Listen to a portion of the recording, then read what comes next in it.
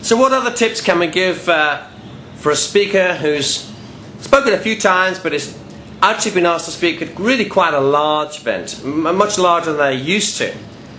Well, here's the thumb test. Once you see it, you'll never forget it. And you can start the very next time you're in an audience anywhere, whether it's the cinema, in the theatre, at a corporate presentation. And here it is. When you next get to sit down in a seat, hold up your hand in front of you and put your thumb up. And see how much of the speaker at the front or the actor on the stage disappears behind the sides of your thumbnail, and you will be truly astonished. In most venues you will find that the speaker will entirely disappear behind your thumb, and you'll say, well, how is that? And it's something to do with the amazing distortion of the human mind. It's the same with sunsets. You look at the sunset behind me and you see what looks like a huge disc on the horizon.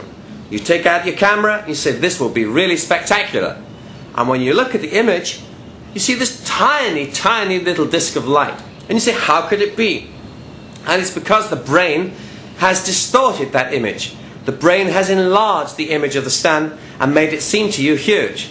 And the brain enlarges the image of a very small image, of a small person on the stage, and makes the person appear huge. But actually, when you put the thumb up, you realize how tiny they are. Now, once you realize that small size is actually what your brain is seeing, then you realize the fundamental challenge also of communicating with an audience. Because how can you invade the cosmos, the psyche of 100, 200, 1,000, 2,000 or 10,000 people in your audience if you are only the size of a thumbnail, or perhaps even smaller?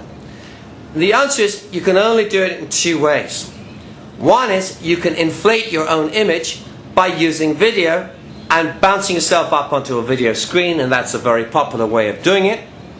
And the other is you can occupy more of the visual field by moving around, and in another of the clips I've already done, I've talked about the importance of movement. And not just moving across the stage, moving across someone's field of vision, but down into the audience, so that you become larger than a thumbprint to everyone, and even the people at the back can begin to see that you are a real live human being. They can see the wrinkles on your forehead, they can see the smile on your face, and they start to relate to you. And they'll love you to bits for giving them that extra attention and honor. And you're saying, yeah, I know that you're there, and you're part of my audience, and you matter too.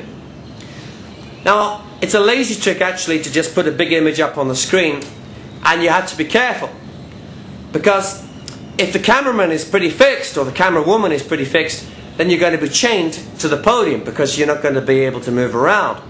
And actually, you may be more effective moving around than having a static image up on the screen.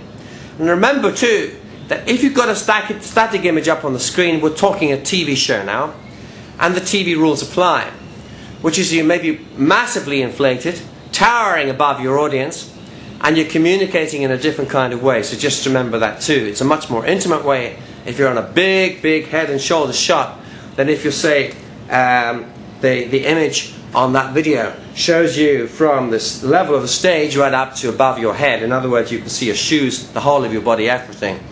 And so these things need to be worked out. You need to work out with the camera person where you can move. Can they catch up with you? Are they going to keep it in tight, in which case the moment you move you're out of camera shot and everybody will get dizzy while the camera person tries to catch up with you?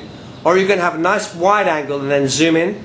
Have you got two cameras in there? These kinds of things need to be worked out, and I promise you that kind of attention to detail is all the difference between a frankly very good presentation and one that is truly world-class, astonishing and outstanding. Yes, of course it's all in the intellectual content and the presentation that you give and your ideas, but delivery is absolutely critical.